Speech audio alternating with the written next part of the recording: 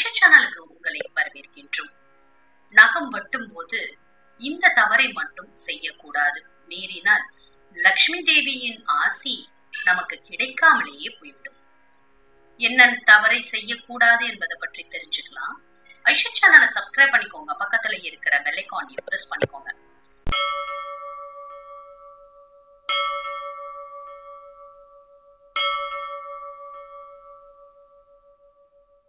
Aisha channel அன்பர்களுக்கு அன்பான வணக்கங்கள்.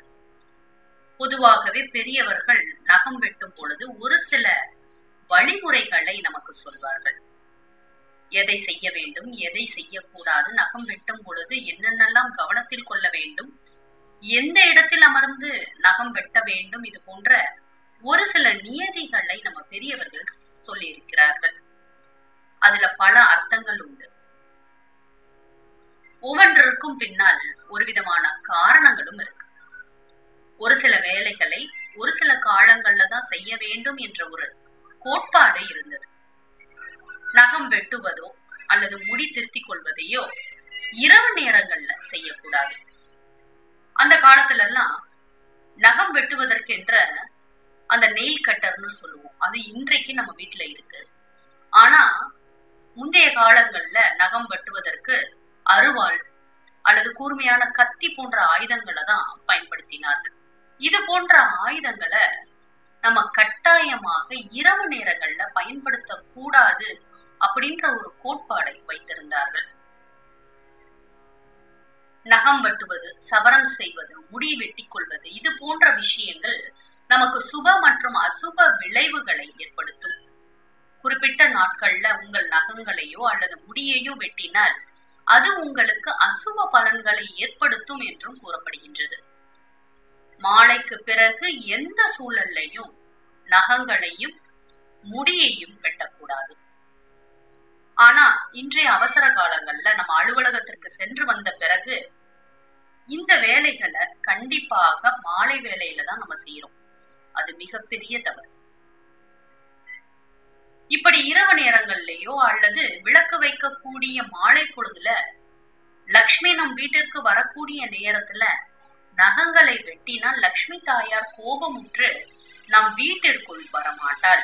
இப்படி ஒரு சூழல் ஏற்படுதுன்னா நிதி சிக்கலை ஏற்படுத்தும், வறுமையானது அதிகரிக்கும். மாலை சூரிய அஸ்தமனத்திற்கு பிறகு லக்ஷ்மி தாயார் நம் வீட்டிற்குள் நுழையும் பொழுது அவளுக்கு விருப்பமான செயல்களை மட்டுமே தான் நம்ம வீட்டுல செய்ய வேண்டும்.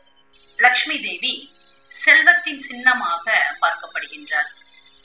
மாலையில லக்ஷ்மி தாயார் வரும் பொழுது வீட்டு வாசலை திறந்து வைத்து அவளை வரவேற்கும் விதமாக விளக்கேற்றி வைத்து மங்களகரமாக இருக்கக்கூடிய ஒளிகளை எழுப்ப வேண்டும். இப்படியாக நம் வீடு இருந்தால் நிச்சயமாக அந்த வீட்டுல லக்ஷ்மி தாயார் மனம் மகிழ்ந்து குடிக்கொள்வாள். அதே சமயத்துல மாறாக லக்ஷ்மி தாயார் வரக்கூடிய நேரத்துல நகங்களை வெட்டி கொண்டிருக்கும் பொழுது நிச்சயமாக அந்த இடத்துல லக்ஷ்மி தாயாருடைய நிரந்தர வாசம் நம்மை விட்டு விலகி போய்விடும்.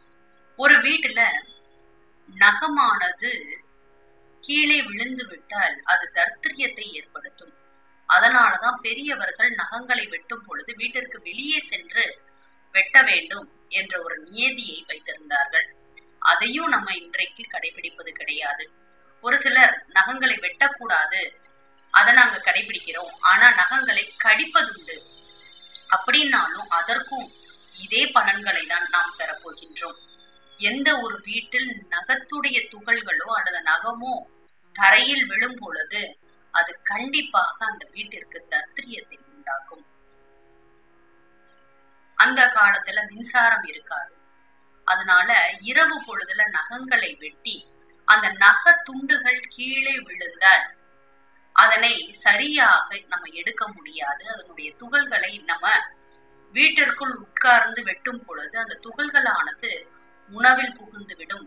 இதனால் சுகாதார சீர்கேடு ஏற்படும் என்ற ஒரு கருத்திற்காக கூட இரவு நேரங்கள்ல நம்ம இந்த நகம் வெட்டுவதை தவிர்த்து வந்தோம். மிக முக்கியமாக வீட்டிற்குள் அமர்ந்து நகம் வெட்டுவதை எந்த நேரத்திலையும் நம்ம தவிர்த்து விட வேண்டும். அதனால நகம் வெட்டுவதற்கு என்று ஒரு சில கோட்பாடுகளை கடைபிடித்து வந்த நம்ம முன்னோர்களுடைய சொல்லை நாமும் பின்பற்றி வந்தால் தர்த்திரியம் விலகி லட்சுமி தாயாருடைய அருள் நமக்கு பரிபூரணமாக கிடைக்கும் என்பதுல எந்த விதமான சந்தேகமுமே கிடையாது. அதனால லட்சுமி தாயாருக்கு பிடித்தமான விஷயங்களை செய்து அவளுடைய ஆசைகளை பெற்றுக்கொள்வோம். மேலும் இது போன்ற தகவல் அறிய ஐஷித் சேனலை சப்ஸ்கிரைப் பண்ணுங்க, ஷேர் பண்ணுங்க, உங்களுடைய கருத்துக்களை எங்களுக்கு பதிவு பண்ணுங்க. நன்றி, வணக்கம்.